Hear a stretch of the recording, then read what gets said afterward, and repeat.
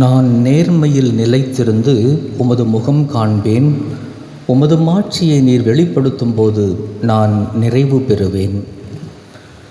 தந்தை, மகன், தூய் ஆவியாரின் பெயராலே.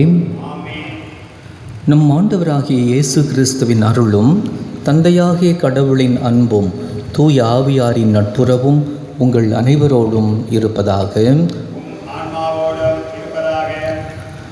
அன்புமிக்க சகோதரர்களே, சகோதரிகளே, இன்று வாரத்தின் வெள்ளிக்கிழமை இயேசுவின் திரு இதயத்தின் மீது நம்முடைய அன்பையும் கவனத்தையும் செலுத்துகின்றோம்.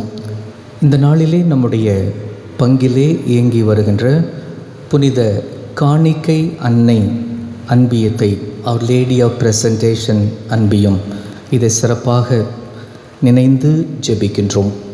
இந்த அன்பியத்தை ஒருங்கிணைத்து வருகின்ற திருமதி சந்திரா சுரேஷ் இவர்களையும் இவர்களோடு வாழ்கின்ற அன்பிய குடும்பத்தில் இருக்கின்ற எல்லோருக்காகவும் அவருடைய சிறப்பு கருத்துக்களுக்காகவும் நலன்களுக்காகவும் இந்த திருப்பலியிலே ஜெபிக்கின்றோம்.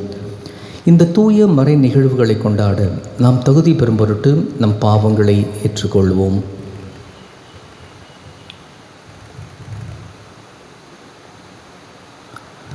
எல்லாம் வல்ல இறைவனிடமும் சகோதர சகோதரிகளை உங்களிடமும் நான் பாவி என ஏற்றுக்கொள்கிறேன். ஏனெனில் என் சிந்தனையாலும் சொல்லாலும் செயலாலும் கடமையில் தவறியதாலும் பாவங்கள் பல செய்தேன். என் பாவமே, என் பாவமே, என் பெரும் பாவமே. ஆகையால் எப்பொழுதும் கன்னியான புனித மரியாவையும் வானதூதர் புனிதர் அனைவரையும் சகோதர சகோதரிகளை உங்களையும் நம் இறைவனாகிய ஆண்டவரிடம் எனக்காக வேண்டிக்கொள்ள மன்றாடுகின்றேன்.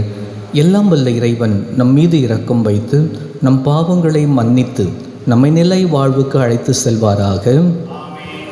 ஆண்டவரே இரக்கமாயிரும். கிறிஸ்துவே இரக்கமாயிரும். ஆண்டவரே இரக்கமாயிரும். மன்றாடுவோமாக.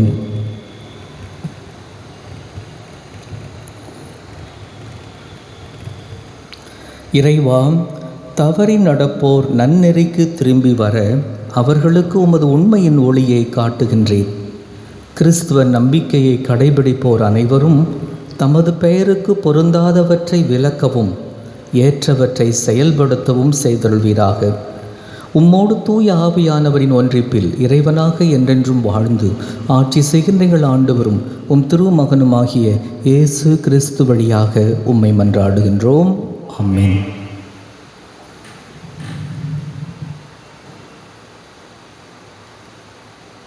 இறைவாக்கினர் ஏசாயா நூலிலிருந்து வாசகம். அந்நாட்களில் எசேக்கியா நோய்வாய்ப்பட்டு சாகும் நிலையில் இருந்தார்.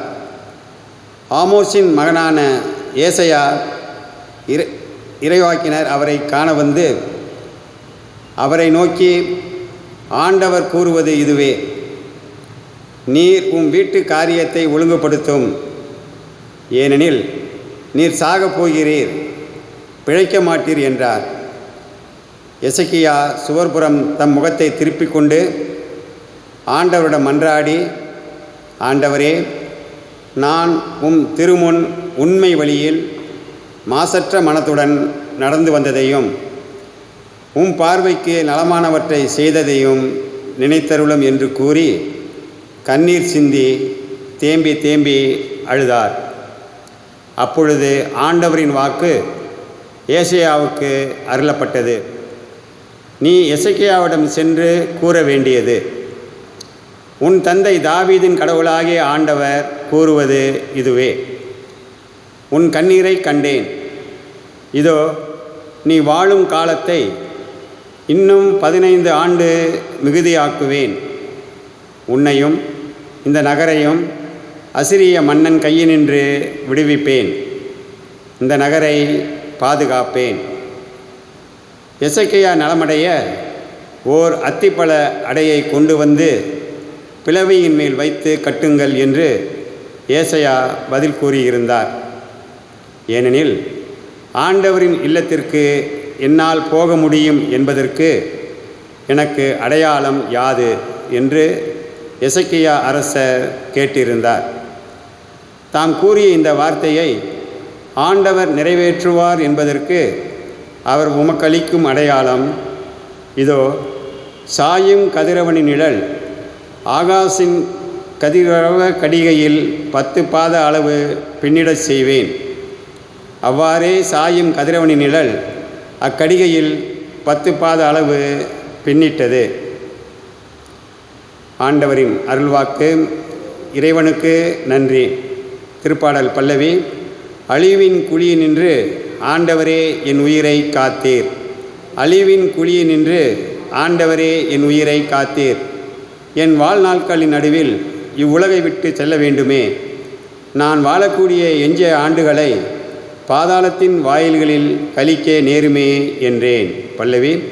அழிவின் குழியிலிருந்து ஆண்டவரே என் உயிரை காத்தீர். வாழ்வோர் உலகில் ஆண்டவரை நான் காண இயலாதே. மண்ணுலகில் குடியிருப்போருள் எந்த மனிதரையும் என்னால் பார்க்க முடியாதே என்றேன். பல்லவி.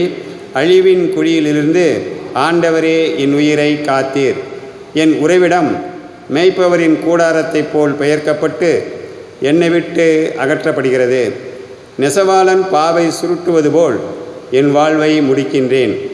தரியிலிருந்து அவர் என்னை அறுத்தெறிகின்றார். பல்லவி. அழிவின் குழியிலிருந்து ஆண்டவரே என் உயிரை காத்தீர். என் தலைவரே, நான் உம்மையே நம்புகின்றேன். என் உயிர் உமக்காகவே வாழ்கிறது. எனக்கு உடல் நலத்தை நல்கி நான் உயிர் பிழைக்கச் செய்வீர். பல்லவி. அழிவின் குழியிலிருந்து ஆண்டவரே என் உயிரை காத்தீர்.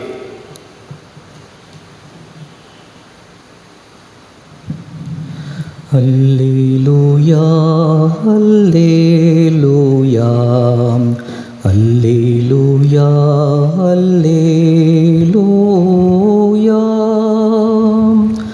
அல்லேலூயா, அல்லேலூயா, அல்லேலூயா, அல்லேலூயா. என் ஆடுகள் எனது குரலுக்கு செவி சாய்க்கின்றன. எனக்கும் அவற்றை தெரியும், அவையும் என்னை பின்தொடர்கின்றன. அல்லேலூயா, அல்லேலூயா, அல்லேலூயா, அல்லேலூயா.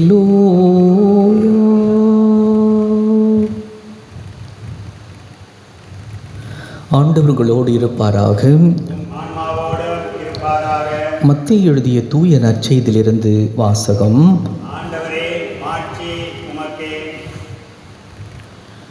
அன்று ஓர் ஓய்வு நாள். இயேசு வயல் வழியே சென்று கொண்டிருந்தார்.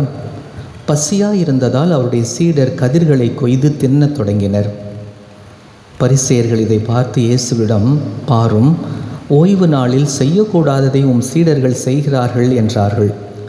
அவரோ அவர்களிடம், தாமும் தம்முடன் இருந்தவர்களும் பசியாயிருந்தபோது தாவீது என்ன செய்தார் என்பதை நீங்கள் வாசித்தது இல்லையா? இறை இல்லத்திற்குள் சென்று அவரும் அவரோடு இருந்தவர்களும் அர்ப்பண அப்பங்களை உண்டார்கள். குருக்கள் மட்டுமே உண்ணக்கூடிய அப்பங்களை அவர்கள் உண்டது தவறல்லவா? மேலும் ஓய்வு நாளில் குருக்கள் கோவிலில் பணியாற்றுவது ஓய்வு நாளை மீறும் குற்றமாகாதா என நீங்கள் திருச்சட்டத்தில் வாசித்ததில்லையா? ஆனால் கோவிலை விட பெரியவர் இங்கே இருக்கிறார் என நான் உங்களுக்கு சொல்லுகிறேன். பலியை அல்ல, இரக்கத்தையே விரும்புகிறேன் என்பதன் கருத்தை நீங்கள் அறிந்திருந்தால் குற்றமற்ற இவர்களை கண்டனம் செய்திருக்க மாட்டீர்கள். ஆம், ஓய்வு நாளும் மானிட மகனுக்கு கட்டுப்பட்டதே என்றார்.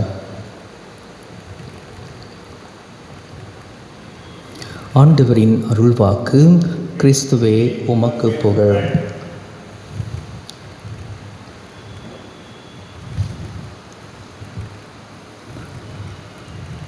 அன்புமிக்க சகோதரர்களே, சகோதரிகளே, இறைவாக்கினர்களின் தொடர் வாசகத்திலே எஸ்ஐயா பகுதியை இன்று நாம் நிறைவு செய்கின்றோம். 3வது இறைவாக்கினராக இந்த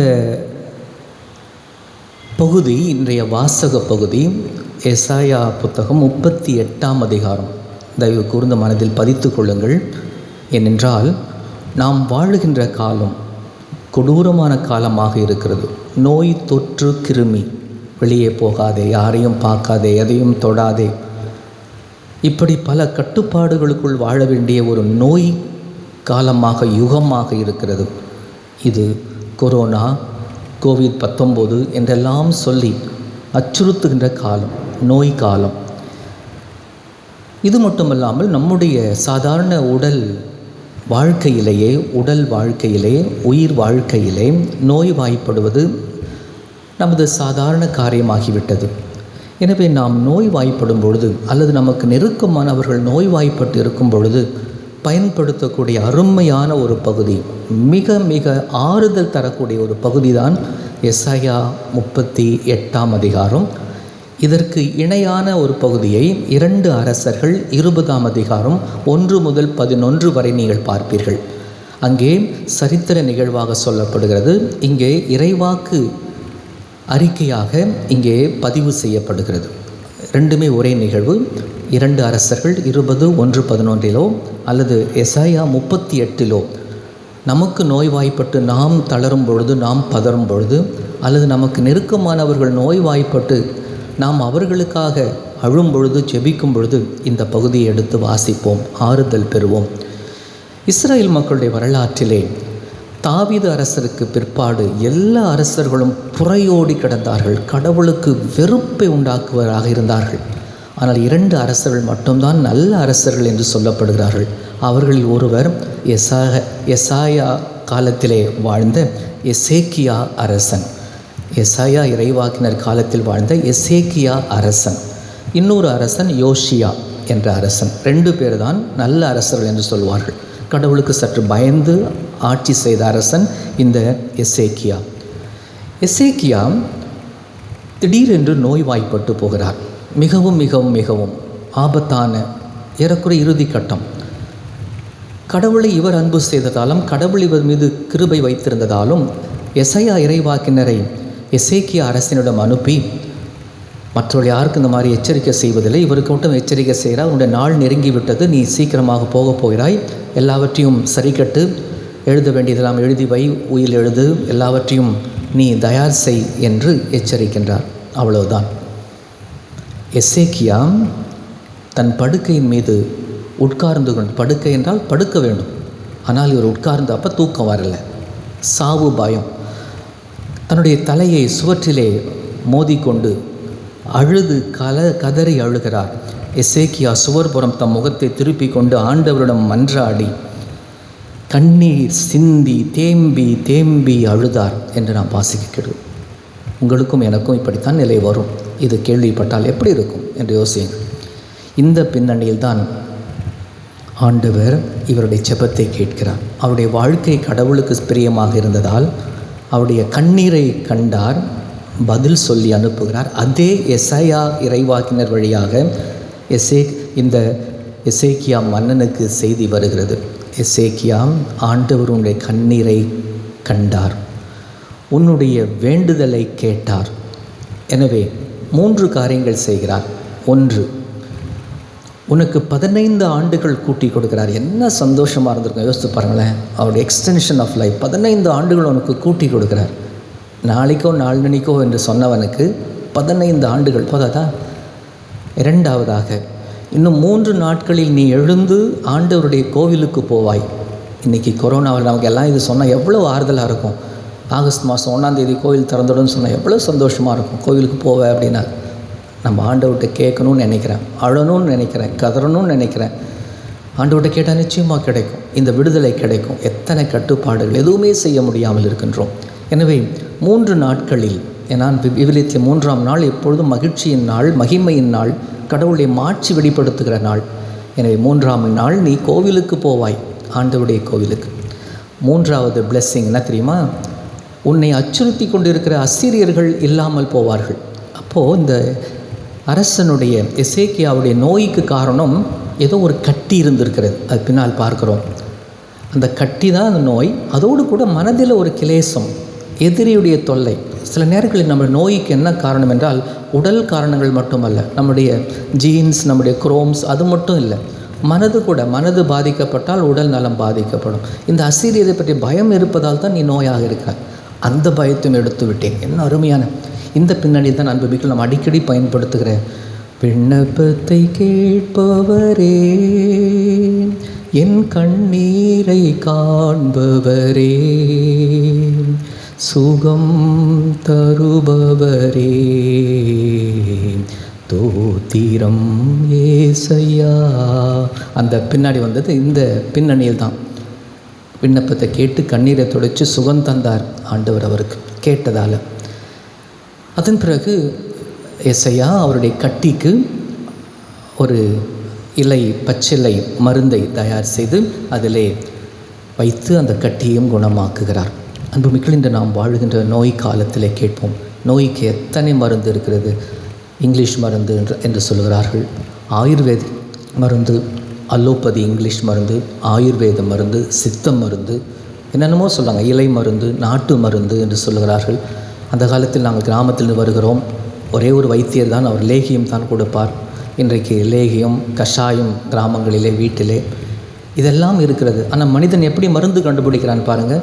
மிருகங்களுக்கு கொடுத்து அதை டெஸ்ட் பண்ணிவிட்டு அதன் பிறகு தான் அது மனுஷனுக்கு அதை கொண்டு வருவான். மனுஷனுக்கும் டெஸ்ட் பண்ணுவான், ஒரு சில முன் வர வேண்டும் அதற்கு. கடவுளுக்கு எந்த டெஸ்ட்டும் வேண்டாம், அவர் ஒரு வார்த்தை சொன்னால் போதும்.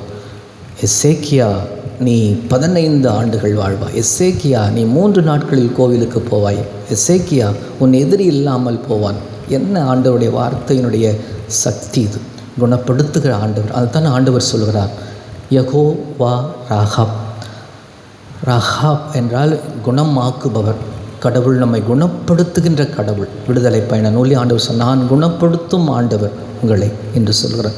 எனவே இந்த நாளிலே சிறப்பாக இந்த தொற்று நோய் நீங்க வேண்டும் என்றும், நமக்கு நோய் நொடிகள் வரும்பொழுது ஆண்டவர் நம்மை குணமாக்கி நலமாக வைத்திருக்க வேண்டும் என்றும் தொடர்ந்து நமக்காகவும் ஒருவருக்காகவும் ஜெபித்துக் கொள்வோம்.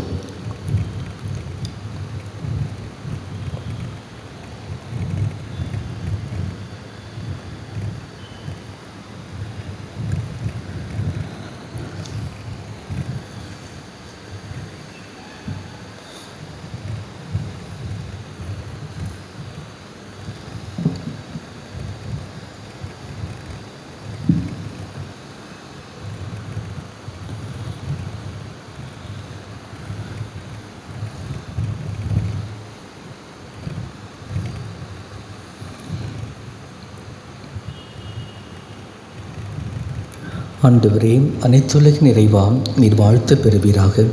ஏனெனில் உமது வள்ளல் மேலிருந்து நாங்கள் இந்த அப்பத்தை பெற்றுள்ளோம். நிலத்தின் விளைவும் மனித உழைப்பின் பயனுமான இந்த அப்பத்தை உமக்கு ஒப்புக் கொடுக்கிறோம். இது எங்களுக்கு வாழ்வளிக்கும் அப்பமாக மாறும்.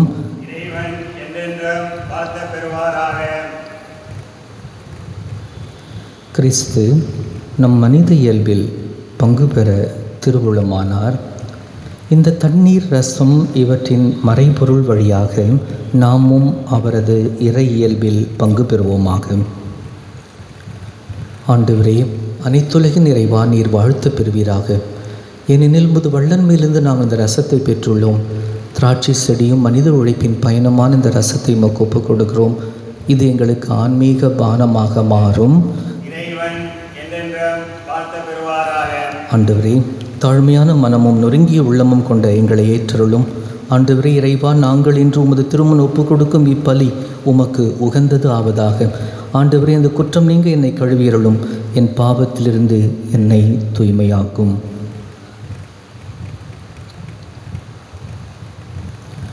அன்புமிக்கவர்களே, என்னுடையதும் உங்களுடையதுமான இப்பலி எல்லாம் வல்ல தந்தையாகிய இறைவனுக்கு ஏற்றதாகும்படி மன்றாடுங்கள்.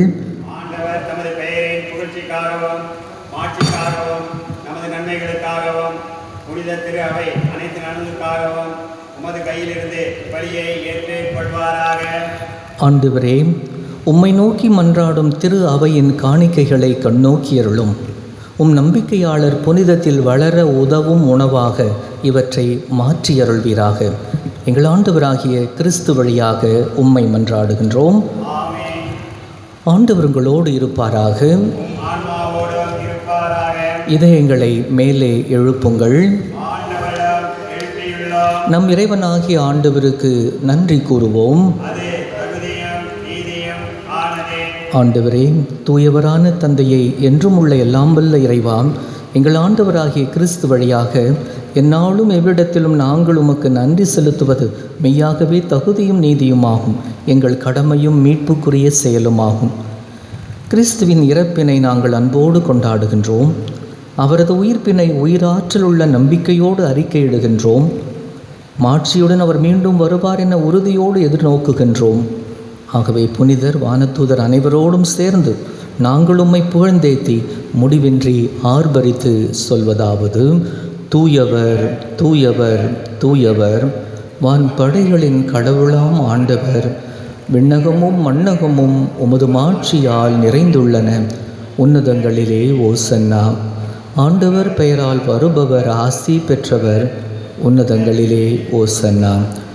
ஆண்டவரே, நீர் மெய்யாகவே தூயவர், தூய்மை அனைத்துக்கும் ஊற்று. ஆகவே உம்முடைய ஆவியை பொழிந்து இக்காணிக்கைகளை தூய்மைப்படுத்த உம்மை வேண்டுகின்றோம். இவ்வாறு எங்கள் ஆண்டவர் இயேசு கிறிஸ்துவின் உடலும் இரத்தமுமாக எங்களுக்கு இவை மாறுவனவாக. அவர் பாடுபட உளம் கனிந்து தம்மை கையளித்த போது அப்பத்தை எடுத்து நன்றி செலுத்தி அதை பிட்டு தம் சீடருக்கு அளித்து கூறியதாவது: அனைவரும் இதிலிருந்து பெற்று உண்ணுங்கள், ஏனெனில் இது உங்களுக்காக கையளிக்கப்படும் என் உடல்.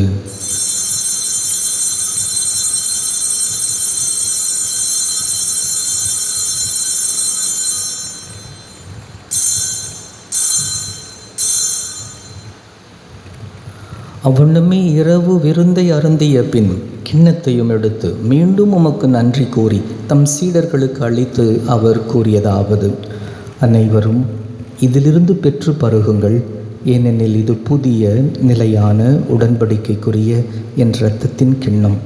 இது பாவ மன்னிப்புக்கென்று உங்களுக்காகவும் பலருக்காகவும் சிந்தப்படும். இதை என் நினைவாக செய்யுங்கள்.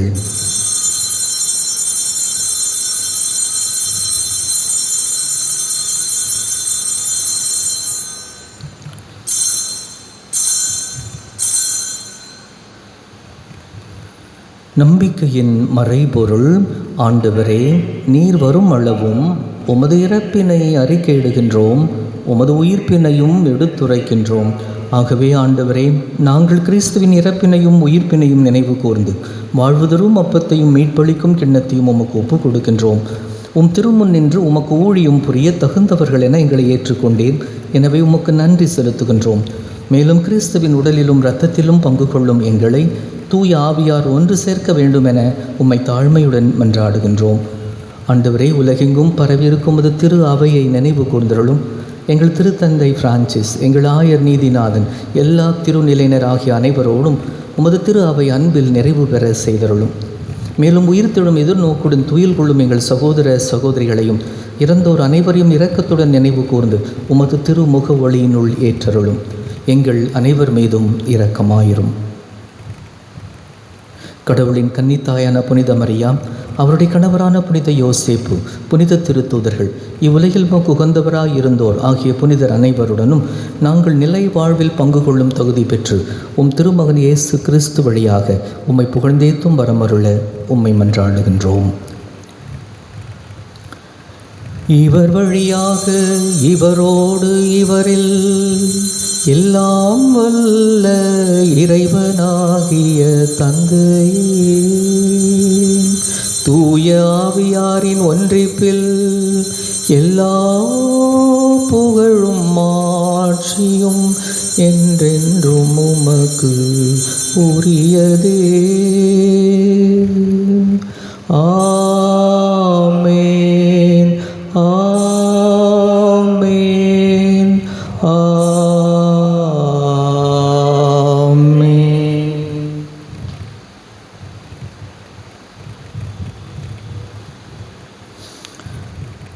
மீட்பரின் கட்டளையால் கற்பிக்கப்பட்டு இறை படிப்பினையால் பயிற்சி பெற்றவர்களாக நானே உன்னை குணமாக்கும் கடவுள் என்று சொல்கிற கடவுளை பார்த்து இன்றைய தொற்று கிருமியினுடைய எல்லா பிடிப்புகளிலிருந்தும் சாதாரணமாக நமக்கு ஏற்படுகின்ற நோய் நொடிகளிலிருந்தும் நாம் அன்பு செய்பவர்களுடைய நோய் நோக்காடுகளிலிருந்தும் விடுவிக்குமாறு உருக்கமாக ஜெபிப்போம். விண்ணுலகில் இருக்கிற எங்கள் தந்தையை, உமது பெயர் தூயது என போற்ற பெறுக. உமது ஆட்சி வருக. உமது திருவுள்ளம் விண்ணுலகில் நிறைவேறுவது போல மண்ணுலகிலும் நிறைவேறுக. எங்கள் அன்றாட உணவை இன்று எங்களுக்கு தாரும். எங்களுக்கு எதிராக குற்றம் செய்வோரை நாங்கள் மன்னிப்பது போல எங்கள் குற்றங்களை மன்னியும்.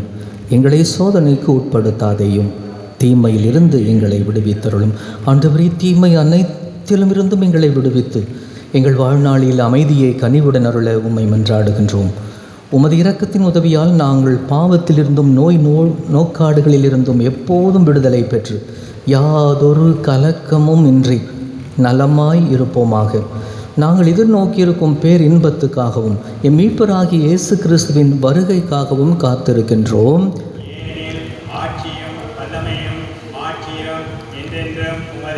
ஆண்டவரே, இயேசு கிறிஸ்துவே, அமைதியை உங்களுக்கு விட்டு செல்கிறேன், என் அமைதியையே உங்களுக்கு அளிக்கின்றேன் என்று உம் திருத்தூதர்களுக்கு மொழிந்தீரே.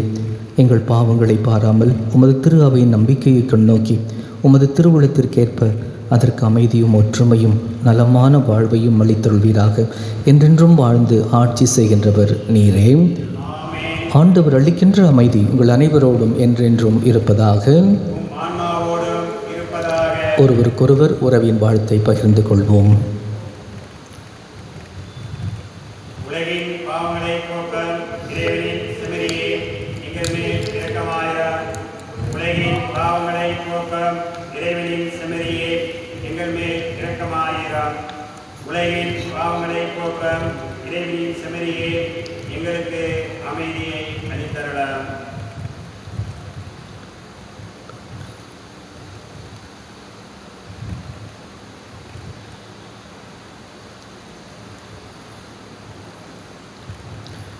இதோ இறைவனின் செம்மறி, இதோ உலகின் பாவங்களை போக்குபவர். செம்மறின் விருந்துக்கு அழைக்க பெற்றோர் பேறு பெற்றோர். ஆண்டவரே, நீர் என் இல்லத்தில் எழுந்தருள நான் தகுதியற்றவன். ஆனால் ஒரு வார்த்தை மட்டும் சொல்லியருளும், என் ஆன்மா நலமடையும்.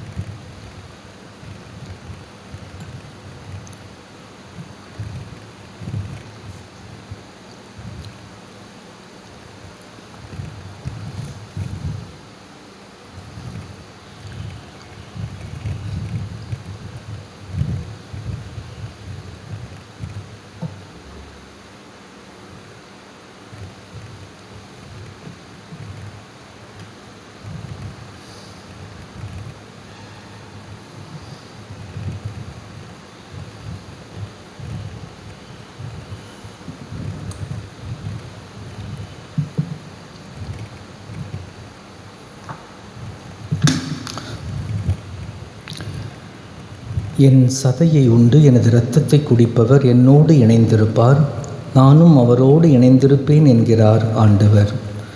மன்றாடுவோமாக. ஆண்டவரே, உம்முடைய அருள் கொடைகளை பெற்றுக்கொண்ட நாங்கள் உம்மை வேண்டுகின்றோம். இவ்வாறு இம்மறை நிகழ்வுகளில் நாங்கள் அடிக்கடி பங்கேற்பதால் அவற்றின் மீட்பு அளிக்கும் பலன் எங்களில் வளர செய்வீராக. எங்கள் ஆண்டவராகிய கிறிஸ்து வழியாக உம்மை மன்றாடுகிறோம். ஆண்டவர் உங்களோடு இருப்பாராக. எல்லாம் வல்ல இறைவன் தந்தை, மகன், தூய ஆவியார் உங்களுக்கு ஆசி அளிப்பாராக. சென்று வாழ்வோம். திருப்பலி நிறைவேறியது. இயேசுவின் இருதயமே என்றும் எரிந்திடும் அருள்மயமே, உந்தன் ஆசீரும் அருளும் சேர்ந்து வந்தால் எங்கள் ஆனந்தம் நிலை பெறுமே.